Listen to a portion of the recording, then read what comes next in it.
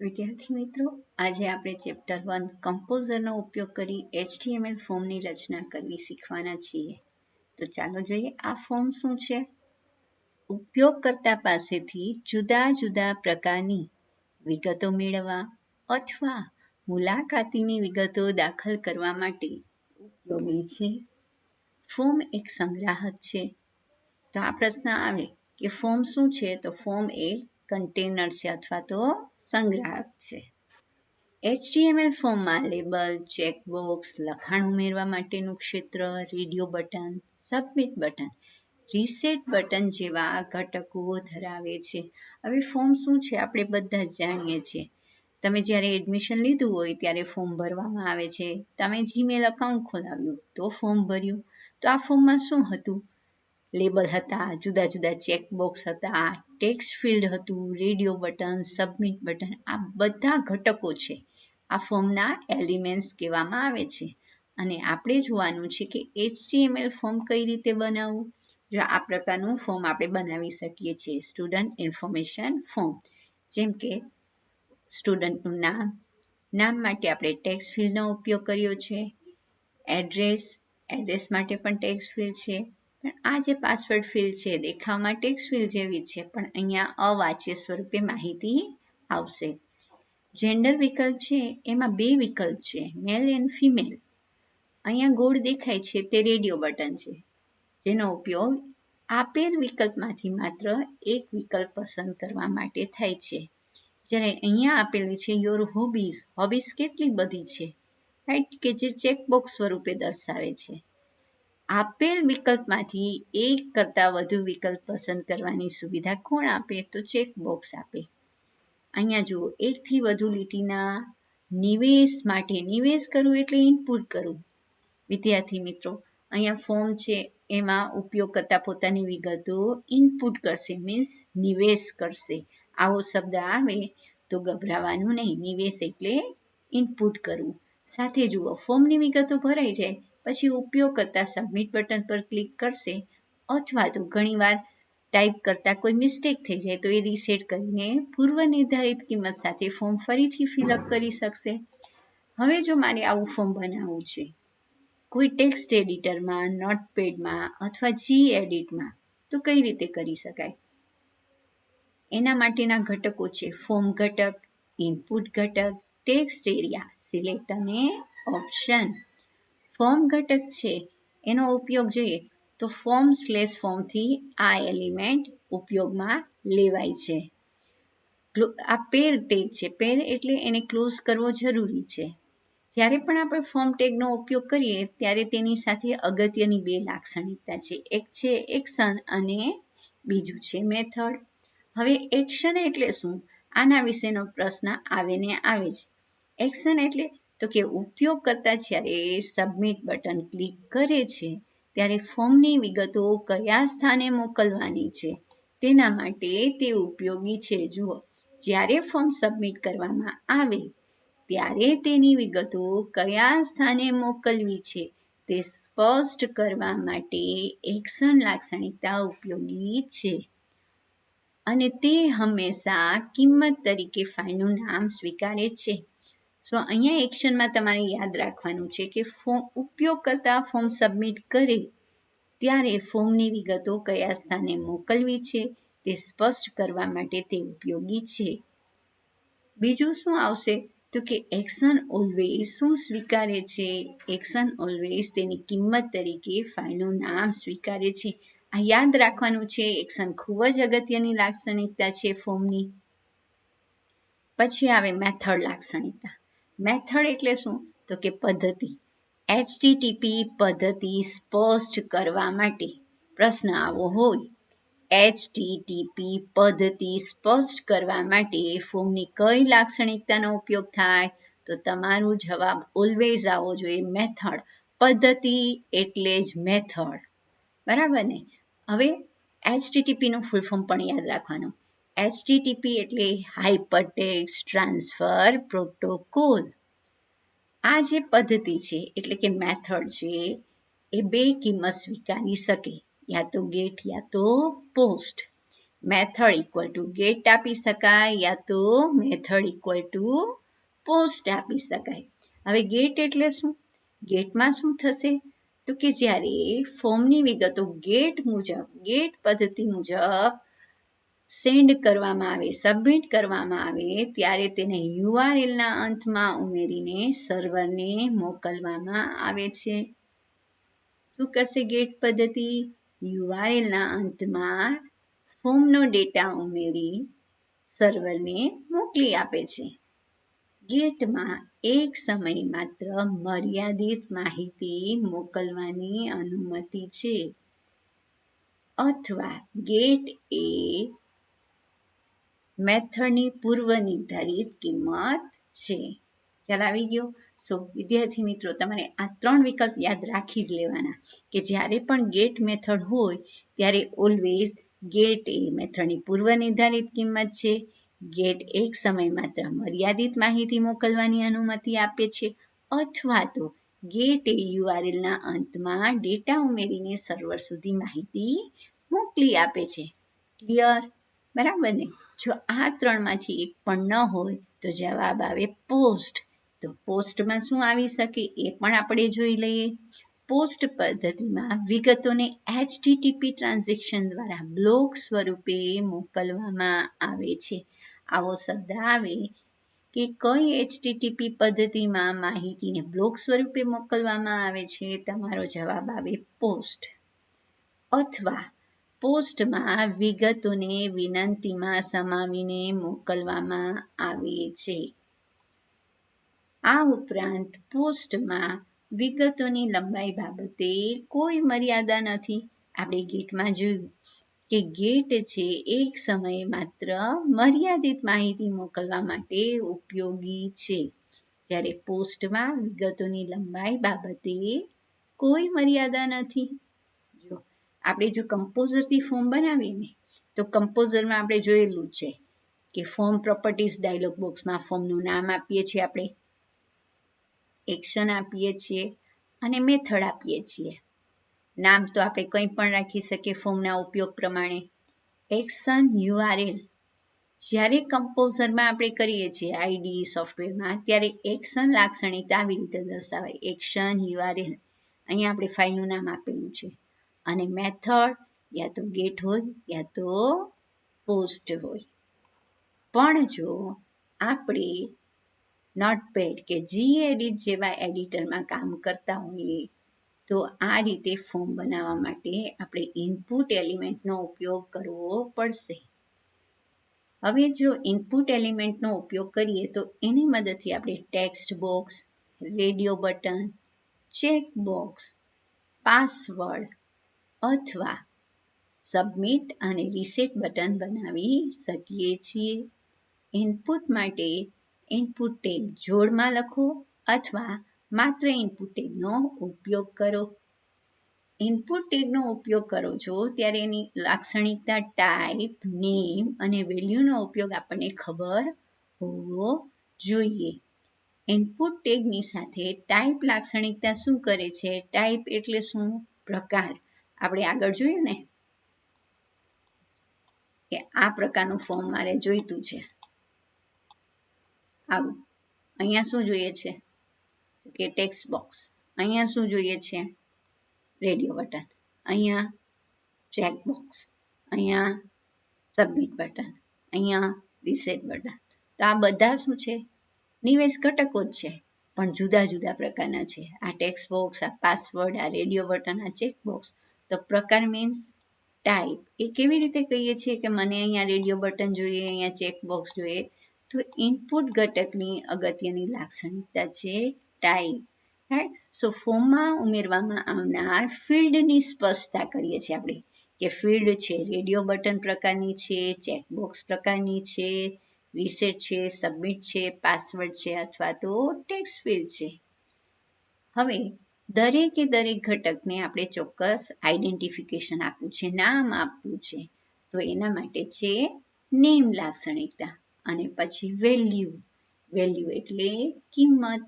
કોઈ પણ ફોર્મમાં ફિલ્ડને પૂર્વ નિર્ધારિત કિંમત સાથે દર્શાવવા માટે તે ઉપયોગી છે.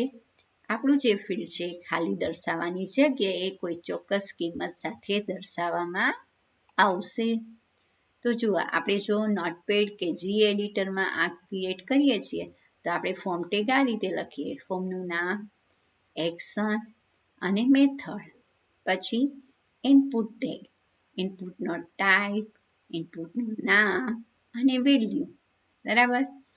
પાસવર્ડમાં ટાઈપ આવે પાસવર્ડ, ટેક્સ્ટ બોક્સમાં નામ આવે ટેક્સ્ટ, રેડિયો બટનમાં ઇક્વલ ટુ રેડિયો. હવે જુઓ આ બંને મેલ અને ફિમેલ એક જ જૂથના જેન્ડરના જ બંને ઓપ્શન છે, વિકલ્પ છે, એટલે બંનેનું નામ સરખું આવે. જો નેમ ઇક્વલ ટુ જીએન અને અહીંયા નેમ ઇક્વલ ટુ જીએન. તો પ્રશ્ન આવો આવી શકે કે એક જ જૂથના રેડિયો બટનના વિકલ્પના નામ કેવા હોય છે? એક સમાન હોય છે. કેવા હોય છે? એક સમાન.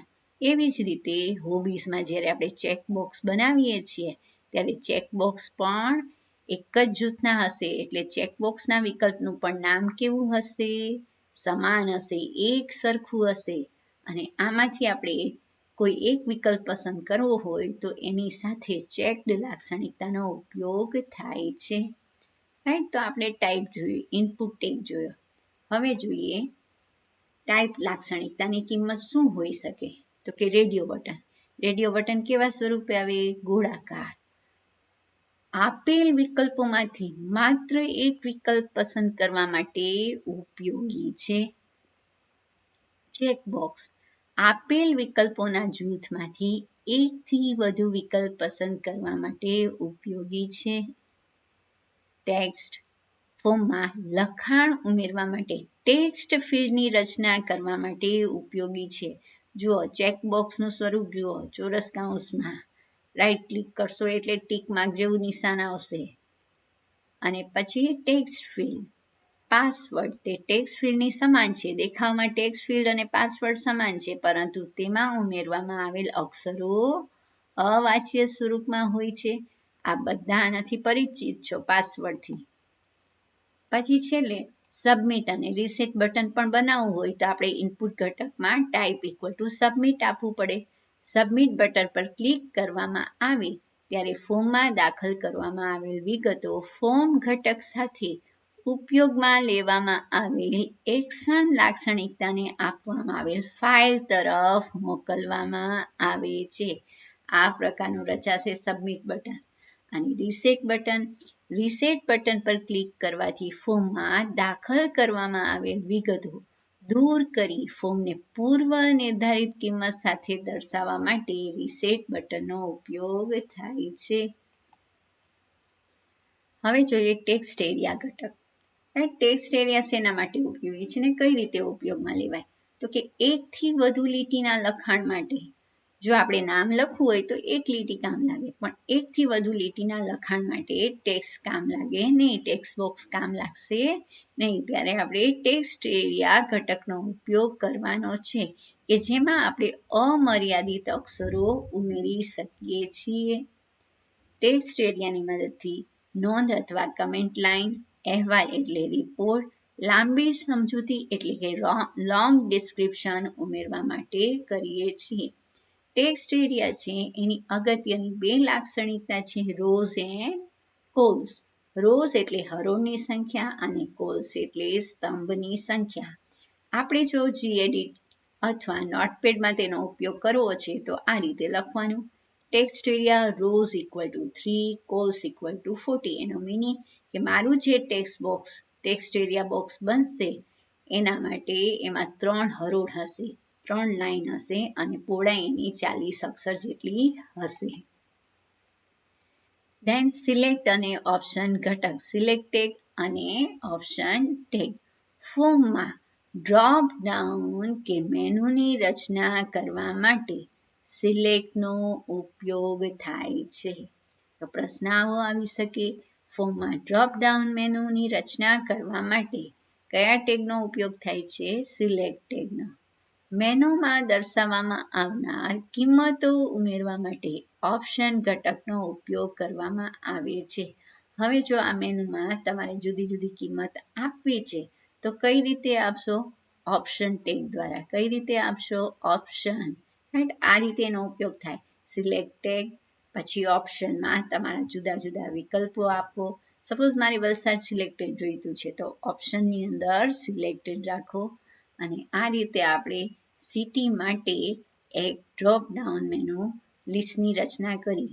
આ ઉપરાંત આપણે જોઈએ છીએ કે અહીં આખું લિસ્ટ આવશે પણ જગ્યા તો એ કેટલી રોકે છે? માત્ર એક ટેક્સ્ટ ફિલ્ડ જેટલી જગ્યા રોકવામાં આવે છે. હવે જોઈએ IDE એટલે કે ઇન્ટિગ્રેટેડ ડેવલપમેન્ટ એન્વાયરમેન્ટ. આ યાદ રાખવાનું છે ફૂલ ફોર્મ. IDE નું ઇન્ટિગ્રેટેડ ડેવલપમેન્ટ એન્વાયરમેન્ટ. સપોઝ કોઈને HTML ટેગ લખવાનો કંટાળો આવે છે તો એના માટે IDE એક એવો સોફ્ટવેર વિનિયોગ છે જે પ્રોગ્રામ અને સોફ્ટવેરના વિકાસ કરવા માટેની સંપૂર્ણ સુવિધા પૂરી પાડે છે. રાઈટ? તો કઈ સંપૂર્ણ સુવિધા? જેમ કે GUI એટલે કે ગ્રાફિકલ યુઝર ઇન્ટરફેસ, ટેક્સ્ટ કે કોડ એડિટર, કમ્પાઇલર કે ઇન્ટરપ્રિટર અને ડીબગર પૂરા પાડે છે. તો આ રીતે પ્રશ્ન આવે કે IDE શું પૂરું પાડે છે? તો IDE GUI, ટેક્સ્ટ કે કોડ એડિટર, કમ્પાઇલર કે ઇન્ટરપ્રિટર અને ડીબગર પૂરા પાડે છે. IDE ના એક્ઝામ્પલ પૂછાય કે IDE ના ઉદાહરણ આપો. રાઈટ? તો કમ્પોઝર, એક્લિપ્સ, JBuilder અને નેટબીન્સ એ ઓપન સોર્સ IDE ના ઉદાહરણ છે. IDE ના તો ઉદાહરણ છે પણ ઓપન સોર્સ IDE ના ઉદાહરણ છે. કયા છે? કમ્પોઝર, જેનો ઉપયોગ આપણે કરતા જ છીએ, એક્લિપ્સ, JBuilder અને નેટબીન્સ. તો હવે જોઈએ કમ્પોઝરનો પરિચય. એ શું છે? તો કે વેબ વિકાસ માટેનું એક નિઃશુલ્ક અને ઓપન સોર્સ IDE છે. શેના માટેનું? વેબ વિકાસ માટેનું.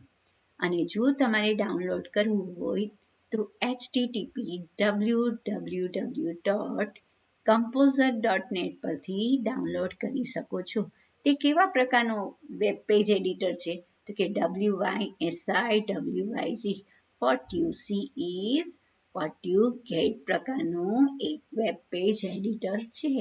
તે એક સંપૂર્ણ વેબ ઓથરિંગ સિસ્ટમ છે. વેબ ઓથરિંગ સિસ્ટમ શું કામ લાગે? તો કે જે વેબ પેજના વિકાસ અને વેબ ફાઇલના વહીવટનું સંચાલન કરે છે. એમાં માત્ર આપણે વેબ પેજ કે ફોર્મ નથી બનાવી શકતા પણ આપણી આખી વેબસાઇટ છે એનું સંચાલન પણ આપણે અહીંયાથી કરી શકીએ છીએ. કમ્પોઝરમાં સાઇટ મેનેજર. કમ્પોઝરમાં એક સાઇટ મેનેજરની સગવડ છે જે આપણને શું કરે છે? તો કે સ્થાનિક તથા દૂર સ્થિત સર્વર એમ બંને સ્થાને રહેલ ફાઇલનો ઝડપી ઉપયોગ પૂરો પાડે છે તથા વેબ પેજ સંલગ્ન ફાઇલને દૂર સ્થિત સર્વર પર અપલોડ કરી શકાય છે.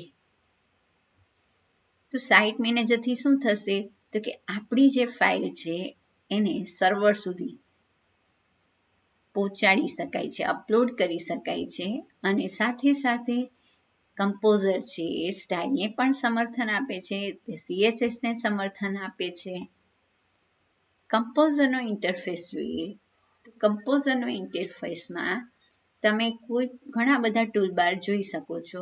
જો કોઈ ટૂલબાર નથી જોવા મળતું તો વ્યૂ મેનુમાંથી એને શો કરો અને સપોઝ કોઈ ટૂલબાર તમને અત્યારે નથી જોઈતું તો એને હાઈડ કરી દો. આ ઉપરાંત જુદા જુદા ટૂલબાર અને સાથે સાથે સ્ટેટસ બાર પણ દર્શાવી શકાય. કમ્પોઝરમાં કયા કયા ટૂલબાર અવેલેબલ છે? Composition toolbar, format toolbar 1, format toolbar 2, edit mode toolbar અને સ્ટેટસ બાર.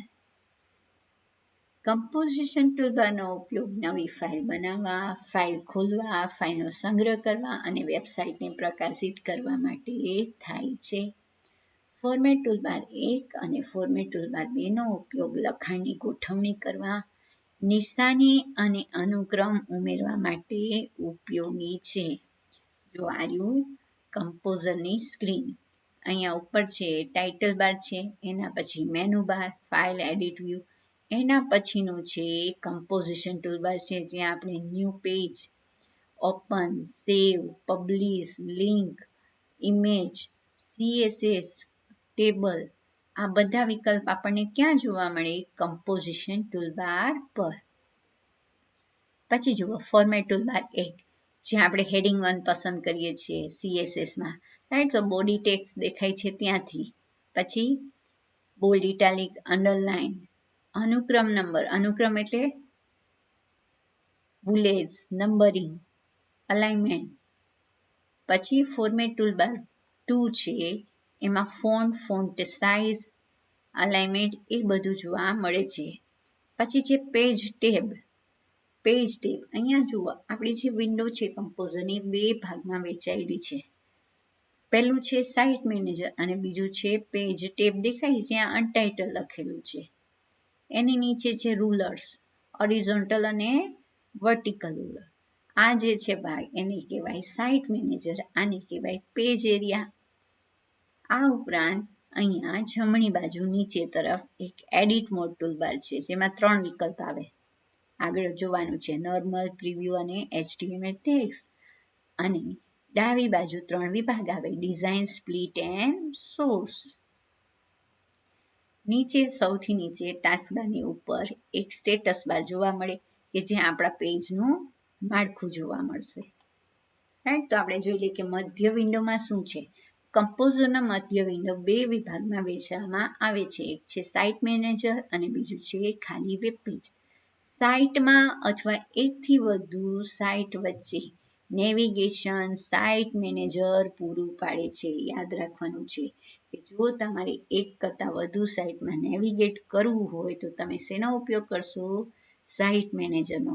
એને બંધ કરવા માટે ક્લોઝ બટન પર ક્લિક કરો અથવા ફંક્શન કી F9 નો ઉપયોગ કરો.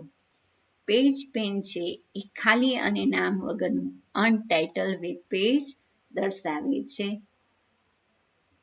હવે જુઓ એડિટ મોડ ટૂલબાર. પેજ પેનની નીચે જમણી બાજુના ભાગમાં જોવા મળે છે. તમને પ્રશ્ન આવો આવે કે પેજ પેનની નીચે જમણી બાજુ કયો ટૂલબાર જોવા મળે? Edit mode toolbar. અથવા તો એડિટ મોડ ટૂલબારમાં કેટલા મોડ જોવા મળે? તો કે 3. કયા કયા? Normal, preview and HTML tag view. Okay, so normal કેવું છે? તો કે તે પ્રિવ્યુ મોડ જેવું છે કે જેમાં કોષ્ટક છે તે સીમારેખા સાથે દર્શાવવામાં આવે છે. કોષ્ટક ઓલવેઝ એની બોર્ડર સાથે દર્શાવવામાં આવશે. કયા વ્યૂમાં? નોર્મલ વ્યૂમાં. નોર્મલ વ્યૂ કોના જેવો છે? પ્રિવ્યુ મોડ જેવો. પ્રિવ્યુ મોડ બ્રાઉઝરમાં જોઈ શકાય તે પ્રકારનો પાનાનો દેખાવ દર્શાવે છે.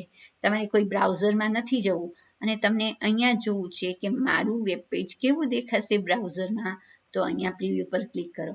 પણ તેમાં તમે આપેલી સ્ક્રિપ્ટ કે લિંકનો અમલ કરી શકશો નહીં. HTML ટેગ વ્યૂ HTML જાણકારને મદદરૂપ બને છે. જેને HTML આવડતું છે, ટેગ આવડતા છે, તેને આ વ્યૂ છે ખૂબ અગત્યનું લાગે છે. HTML ટેગ વ્યૂ તે ટેગની શરૂઆત દર્શાવવા માટે પીળા રંગથી હાઇલાઇટ કરે છે. અહીંયા બધા જ જે ટેગ હશે એલિમેન્ટ એ હાઇલાઇટ થયેલા જોવા મળશે. હવે નીચે ડાબી બાજુ જે 3 વિભાગ છે તે જોઈ લઈએ. Design, split and source. Design છે વેબ પેજની રૂપરેખા તૈયાર કરવા માટે ઉપયોગી છે. રૂપરેખા એનો મિનિંગ થાય ડિઝાઇન તૈયાર કરવી. પછી સ્પ્લિટ. વર્તમાન ઘટકના પ્રશ્નાઓ આવે. વર્તમાન ઘટકના HTML સોર્સને કયા વિભાગમાં જોઈ શકાય? સ્પ્લિટ વિભાગમાં. Than source. HTML કોડની તમામ વિગતો દર્શાવે છે જે સોર્સ કોડ સુધારવામાં મદદરૂપ બને છે. એના નામ પ્રમાણે કોડ ક્યાં જોવા મળશે? સોર્સમાં. Then status bar. વિન્ડોની નીચેના ભાગમાં જોવા મળે. જ્યારે પાનામાં કોઈ પણ વસ્તુ પર ક્લિક કરશો ત્યારે તેનું માળખું સ્ટેટસ બારમાં જોવા મળે છે. અને જો ઇન કેસ કોઈ ટૂલબારની ગોઠવણી તમારે બદલાવી છે તો રાઇટ ક્લિક કરીને કસ્ટમાઇઝ ટૂલબાર કરીને તમે કરી શકશો.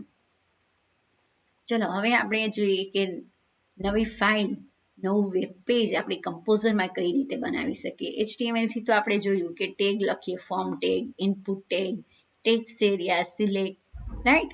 પણ જો મારે કમ્પોઝરમાં નવી ફાઇલ બનાવી છે તો કઈ રીતે બનાવીશ? તો કે નવી ફાઇલ બનાવવા માટે ફાઇલમાંથી ન્યૂ પર ક્લિક કરો. શેના પર ક્લિક કરશો? ફાઇલમાંથી ન્યૂ પર. તો તમને એક જોવા મળશે create a new document or template dialog box. એમાં આપણે અ બ્લેન્ક ડોક્યુમેન્ટ પસંદ કરવાનું છે. એમાં 3 વિકલ્પ આવશે: a blank document, a blank template based on a document અને ક્રિએટ અ ડોક્યુમેન્ટ. રાઈટ? સો આપણે અ બ્લેન્ક ડોક્યુમેન્ટ પસંદ કરવાનું અને ક્રિએટ ઇન લેબલમાં ન્યૂ ટેબ વિકલ્પ પસંદ કરી ક્રિએટ બટન પર ક્લિક કરશો. રાઈટ? ક્રિએટ ઇન લેબલમાં આપણે શું પસંદ કરવાનું? New tab. આપણે દરેક વેબ પેજ છે નવી ટેબમાં જોઈતું છે એટલા માટે. છેલ્લે ક્રિએટ બટન પર ક્લિક કરો. હવે જો તમારે કોઈ ફાઇલ ખોલવી છે તો કમ્પોઝિશન ટૂલબાર પર આપણે આગળ જોયું કમ્પોઝિશન ટૂલબારનો ઉપયોગ new, open, save, publish, CSS એના માટે કરવામાં આવે છે. સો કમ્પોઝિશન ટૂલબાર પર ઓપન આઇકોન પર ક્લિક કરો. અને જો તમે હાલમાં જે ફાઇલ ખોલી છે અને પાછી ખોલવી છે તો ફાઇલ મેનુમાં રિસન્ટ પેજીસ નામનું વિકલ્પ જોવા મળશે. હવે જો કમ્પોઝરથી જ આપણે ફોર્મ બનાવીએ તો આપણે પહેલું સ્ટેપ કરવાનું ઇન્સર્ટ મેનુમાં જઈને form define form. Insert form define form એટલે ફોર્મ પ્રોપર્ટીઝ ડાયલોગ બોક્સ જોવા મળશે, જેમાં ફોર્મનું નામ, એક્શન URL અને મેથડ આપો. ઓકે આપશો એટલે આછા ભૂરા રંગ સાથે તમારું ફોર્મ બોર્ડર જોવા મળશે. પછી એમાં લેબલ આપતા જાઓ. Insert form define label. જો તમારે લેબલની બાજુમાં ટેક્સ્ટ ફિલ્ડ જોઈતું હોય તો ઇન્સર્ટ ફોર્મ ફિલ્ડ. ફોર્મ ફિલ્ડમાં ફિલ્ડનું ટાઈપ આપો, નેમ આપો અને વેલ્યુ આપો. એવી જ રીતે પાસવર્ડ ઉમેરવું હોય તો ઇન્સર્ટ ફોર્મ ફિલ્ડ, ટાઈપ બદલાવો, પાસવર્ડ કરો, નામ આપો, ઓકે આપો. એ જ રીતે રેડિયો બટન ઉમેરવું છે તો ઇન્સર્ટ ફોર્મ ફિલ્ડ, ટાઈપ બદલાવો રેડિયો, નામ આપો, ગ્રુપ નેમ આપો અને વેલ્યુ આપો. Check box. જો રેડિયો બટન તમારે પહેલેથી પસંદ થયેલું જોઈતું હોય તો એમાં આપો ઇનિશિયલી સિલેક્ટેડ. રાઈટ?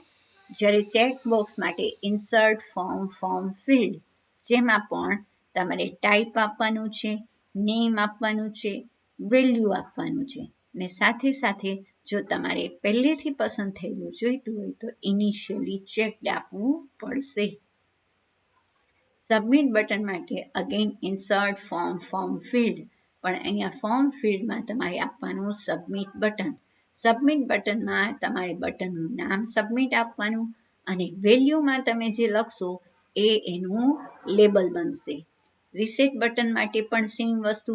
ઇન્સર્ટ મેનુમાં ઇન્સર્ટ ફોર્મ ફિલ્ડમાં ટાઈપ પસંદ કરશો, રિસેટ બટન, એનું નામ આપો અને એની વેલ્યુ આપો. અહીંયા જે વેલ્યુ આપશો તે એનું લેબલ બનશે.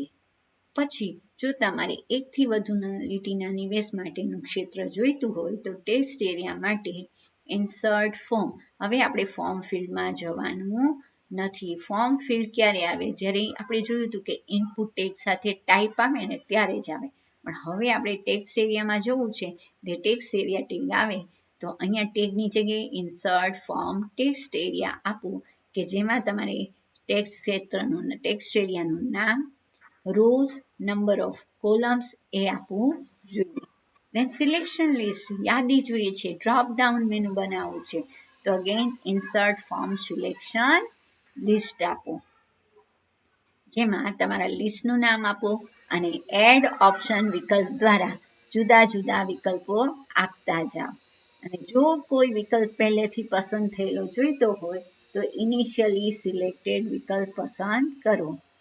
પછી જોઈએ બેકગ્રાઉન્ડ કલર, જે બાય ડિફોલ્ટ વ્હાઇટ કલરનો હોય છે અને તમને નથી ગમતું, તમને બદલાવવું છે તો ફોર્મેટ મેનુમાં જાઓ. એમાં આવશે પેજ કલર્સ એન્ડ બેકગ્રાઉન્ડ વિકલ્પ, જેમાં તમારે આપવાનું use custom colours. Radio button પર ક્લિક કરશો. ઓકે, તો 8 માર્ક્સનું આ ચેપ્ટર છે. જો તમને કોઈ ડિફિકલ્ટી હોય અને આ રીતે તમે ફોર્મ બનાવેલું હોય તો એકવાર ફરીથી જોઈ